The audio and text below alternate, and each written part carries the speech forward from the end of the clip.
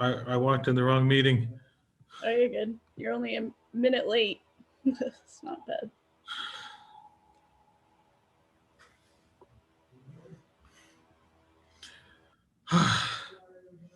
So who's driving this? Am I driving? Are you driving, Megan? Yeah, I can get us started. Yeah, so today we're just going to be having a demo from Tom to show some of the work he's done on Heist.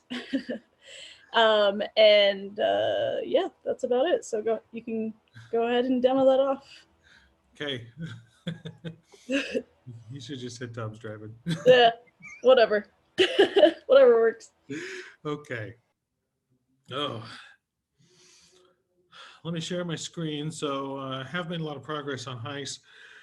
One of the main challenges, of course, is creating a portable binary, a portable library of salt that can be sent out to remote machines in a nice, smooth way. And this is, as everyone who has asked questions about this before, is a serious challenge. But I have made considerable progress, although there are still a few more issues, which I ran into late last night. So my demo will be a little less fantastic than I was hoping. But we've still got some progress here. So I posted a new project called Salt Bin. These are the scripts I'm currently using to make a portable binary. Now, with the binary I'm making right now, I've just been making it on Arch Linux. I need to be able to make it a little easier to build this binary on another OS. But it uses PyInstaller and static X. And so, so the end result is that it's running just fine for the most part on CentOS, on Arch, of course, CentOS 7, Debian 9, and a few other distros. But I'm seeing a stack trace on a few others. So there's a few things left I need to tweak and figure out, but we're really, really close there. But let me show everybody how this works. It's pretty simple. All you have to do is clone this salt bin repo, and then it comes with a requirements.txt, and you can set this requirements.txt to have any additional dependencies that you might want. And we also have an exclude. So in this case, I'm making sure M2 crypto is in there, and I'm excluding PyCrypto so that PyCrypto does not get bundled with the system, but we prefer M2 crypto, which might be one of the problems I'm dealing with, but we'll see. But we have the ability to exclude. And then when it's done building, it tosses it in this dist folder. So I'll just do a quick build here. And move on to a demo. Now, Heist is one, I'm thinking about changing the name. I think I mentioned that before. I don't really like the name Heist because it's hard to explain why I'm trying to name something after Heisenberg. I don't know why I'm trying to name something after Heisenberg. And so most people are actually calling it Heist, which I actually think is a brilliant name the more I think about it. I mean, sure, it might have a mildly negative connotation, but that's only if you're not watching a movie. And, and it kind of is heisting the remote system. I mean, right? So why not? Maybe I'll call it, maybe we'll change it to Heist. Everyone seems to like that one. And it's open source. It's not like I have to make some corporate heavy name. Those are nightmares. Okay. Heist can be run as an unprivileged user or as root. And so it uses pop's configuration system to load all of its configs. And so the end result is that if you run as an unprivileged user, it's going to automatically create a dot folder. This is just how pop's config system works. And under that dot folder, we'll see all of the directories that have important information. And so one of the directories that we have here is artifacts. So in my last demo, we were shoving down the pipe a Python and a salt PEX. I'm getting significantly better results with this single binary, even though, like I mentioned before, there's still a few hiccups. But it feels much, much more promising. And we also have versioning enabled now, and I'll show that off in a second. And then we've got rosters. Now, I recently added to rosters, so this is an incredibly simple roster. I didn't have time to put a demo together for different authentication types. We have added, but haven't verified the functionality against somewhere in the order of, what would you say, Tyler, like 10 more authentication types. So, I mean, it should work with certificates and Kerberos, et cetera, et cetera. We're still working on the tests so that that can be verified long term. I also created a project called Rend. Now, the Rend, so going back into this whole POP thing, POP is this evolution of the loader. And so instead of creating one project that has everything in it, you create lots of projects so they can be tested independently. So there's another open source project that's up there called Rend, which re-implements renderers. And so the re-implementation of renderers has also been tied directly into HEIS. And so the roster files can go through the render system, okay? But as you can see, pretty straightforward. We've got a host, we've got a username and a password to access it because I'm being lazy. Now, here's the system that I'm logging into. And as you can see, there's nothing up my sleeve in var temp. I run HEIS. We also added a logging system directly connected into POP as well, so that any project which uses POP can inherit from its logging system, and so all POP systems can share all POP-based applications can share a unified logging interface. And it is, of course, pluggable. Okay, and so now we've got the minion up and running. We can see that we have deployed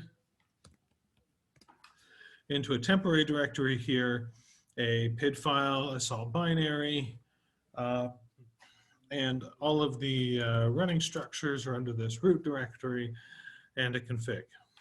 We can also see that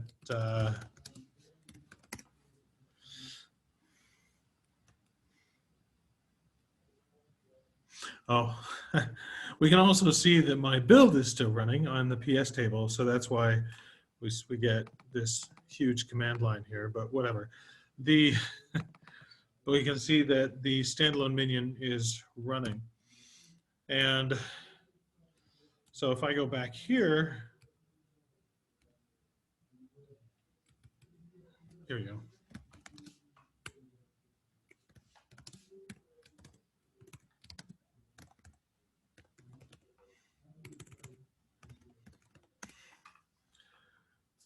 We see that minion is running, and it's running version 18.3.4. So into HEIS, I have also built, let's just make another terminal here. I have also built the ability to dynamically update all of your target systems. And so since our deployment is based on a single binary and we've got a management channel through the salt SSH tunnels that are maintaining these connections to the remote systems, there's absolutely no reason why, I guess the only reason why is actually, now that I'm thinking about it, is that I didn't start this properly. So let me demo that part. But there's no reason why we shouldn't be able to automatically and dynamically manage, update, and downgrade the version of the minion that's running on these remote systems. And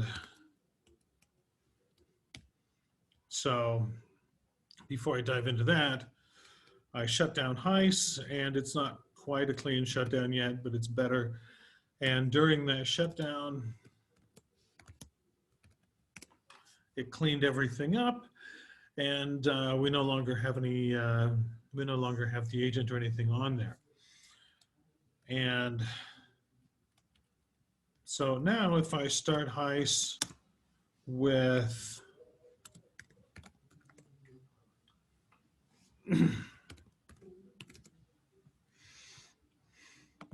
we'll change the check-in time, which is a time frame that Heis is used to verify that the agent is still running over the SSH pipe, but also that it checks in to see if there is a new version that's available to deploy. I'll change that down to 5 seconds so that this is a little smoother. And I will enable dynamic upgrades. Actually, yeah. And so now with dynamic upgrades, we'll see that we do have a new minion, nice and deployed. We do have the version that it is running on. Probably hasn't actually hooked back into the master yet.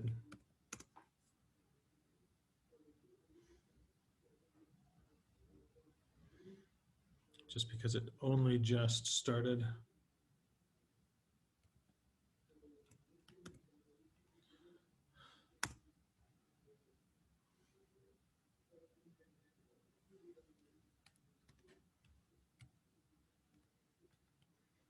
This is so when something goes wrong.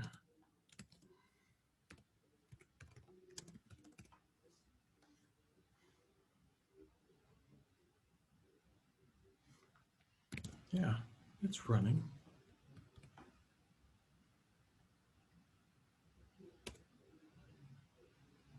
There we go. Okay. Sorry, just took a little longer than I thought to start up. Okay. So now I'm going to copy a newer Heis binary, sorry, a newer salt binary into the artifacts directory. And so if we come over and we look at the output from Heis, we'll see, oh, it already started. So cleaned up, copying the new file over, running the command to reinitialize. We take a look here at our PS output.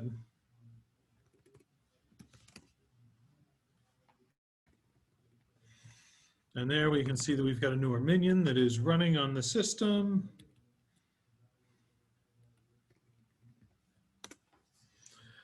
And let's see if it's started up yet. Probably like before. Yep, there we go. And so if I had been able to finish putting my demo together last night, that I was trying to do this on 6 systems, you would see that I had updated it to a new version on all 6 systems. And so hopefully this makes update and maintenance of minions significantly easier as well. Let's see. So then we come back to salt bin, and this has been done for a while now. We can see that we've got a new salt binary. Now that salt binary, so here's some of the challenges that I'm running into so far. I've used PyInstaller to build this. PyInstaller has a problem when it comes to working with loader-based systems because of how it determines how Python files are going to be included in the binary. And so since Salt uses the Salt loader and pop projects use the pop loader, we have to go through and actually tell PyInstaller that it needs to add all the plugins as data files instead of as module imports. And so it inserts all those project files into the mix, which makes it, again, functional. Now, the other thing is that once we're done, we run a tool on the binary called static X, which goes into the binary and statically links all dependent libraries, so that the end result is that you get a not dynamic executable library. Now, that means that we are able to run this on systems that have older versions of libc, glibc, than what we have on the build system. Now, with that said, I have run into some problems which I suspect have to do with the way in which dependent libraries are compiled relative to the availability of certain kernel options. And so I'm filtering through that problem right now. But so in a nutshell, as you can see, we can run heist. It's got the ability to clean up after itself when we hit Control C, even though, yeah, not quite tidy yet. It's got the ability to dynamically update the target system, and it's got the ability to hook into an existing salt master. So the next things that I'm working on is still some refinement around these portable binaries, as we're getting very, very close. This is far and away the best one I've built. Yeah, I've tried, I don't even know how many processes anymore. I mean, trying to make portable binaries of Python applications is such a ridiculous wild goose chase, especially when you're dealing with a large, complex project. Yeah, I can do it with Hello World, but you know, so can a monkey. So a little more work there. Some of the other things we need to do is we do have a unit test suite in Heist now, thanks to Tyler. And he's just about got the integration tests running. And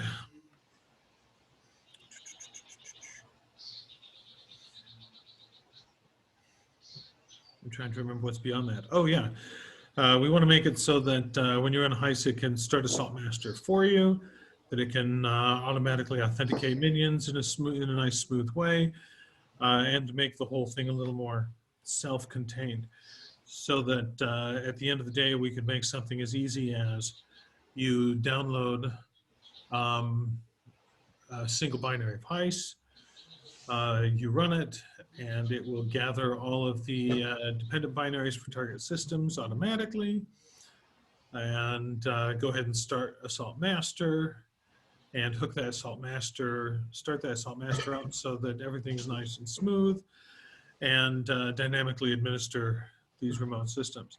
Now, that said, we also want to be able to make it so that Heist can be used to bootstrap and maintain salt installs that are connecting to traditional salt masters, or to make it so that, or as it is now, Heist can be used to extend an existing salt master. So if you run Heist on an existing salt master, you can say that you've got SSH minions connected to that master, as well as classic minions.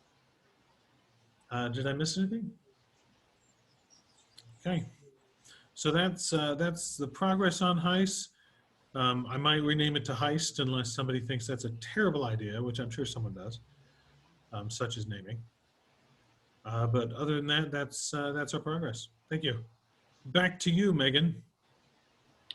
Yeah, I actually had a question. I didn't quite see it, but when you updated the version, did you do that on the master, or are you doing that on the minion? All right. So how Heist works is that we look at its configuration, and so I'm on the master here. Okay. And on the master, all I had to do was put a new binary in the artifacts directory that had a newer version number attached to it. As soon as that becomes available inside of that directory, it gets detected by Heist and then rolls that out to all connected devices. So yeah, one operation. Awesome. And everything gets updated. Cool. I had a question about that, how that worked. Not how it worked, but like around it working. So like in your roster file, you had, I don't know, half a dozen or so hosts that you were potentially targeting. And I presume like if you drop a new binary in there, that all of them, assuming they have that dynamic upgrade option on, all of them would get that upgrade at some point, like whenever the timeout was reached. Yes. Have you thought about a way where like you can control that? So like say you'd want it only to roll out to like your CentOS host there, or you only want it to roll out to one just to make sure that everything works, and then roll out to the others later. Oh, definitely. How do I put this? Honestly, I think that the best way to maintain something like target versions would actually be through SALT itself. And it would make more sense if, and this is why dynamic upgrade isn't turned on by default. I think it would make a lot more sense if we were able to run a SALT command that would dynamically update itself. Now, the challenge, of course, that we've had with using SALT update SALT in the past is that we don't know how everything's being run, right? But in this case, if we know that our minions are being run on these portable binaries, and we know that how they're being started, it becomes a lot easier for SALT to just pick a target, right, and say, hey, update these guys to this version, and make it happen transparently. And so I think that that's a much more elegant approach. So you could, in theory, have like you drop that binary update in there, and then you have a heist specific command that says target these minions and pull down, like run whatever code it is to pull down the latest binary and restart. Yeah, and that could be through heist, or it could be through SALT. But it also kind of begs this question of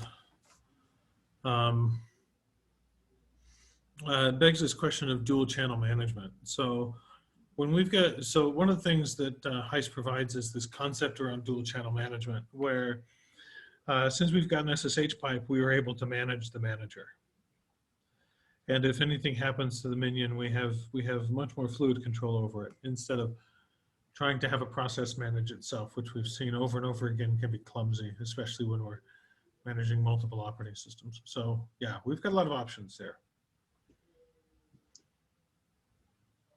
The other question I had was, how does so you're building the SALT binary, and then pushing it out to the heist minions.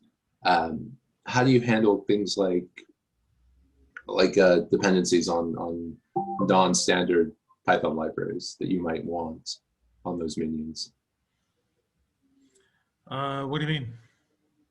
So like if you needed the MySQL Python library on a minion, how would you make sure that that's included in your binary? Okay, so right now the binaries are pretty basic. One, it's really easy to extend the binary, and so by just adding things to its requirements.txt, when you run build.py, you can pass a separate requirements.txt, so somebody can very easily build their own binaries with those dependent libraries. One of the other things about that binary is it's built using this little run.py script here, which, if you're familiar with Salt Unity, is basically copied from Salt Unity. So that binary is not just the minion. That binary can be a master, it can be a proxy, it can be a salt call, et cetera, et cetera.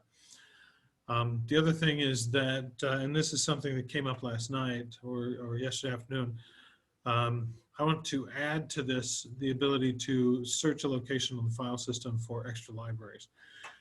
So you want to be able to, yes, build a binary that has those extra libraries, but it would make sense to be able to allow those extra libraries to be on the target system.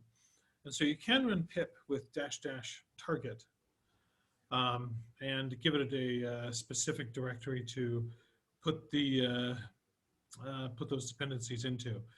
And so if we did that, then there would be the option to run pip with target, and then just have a target path added into the Python path inside of this startup script.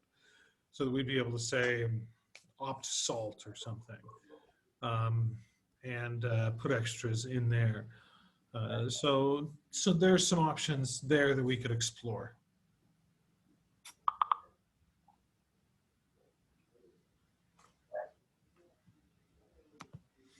Okay, does that answer your questions, Gareth?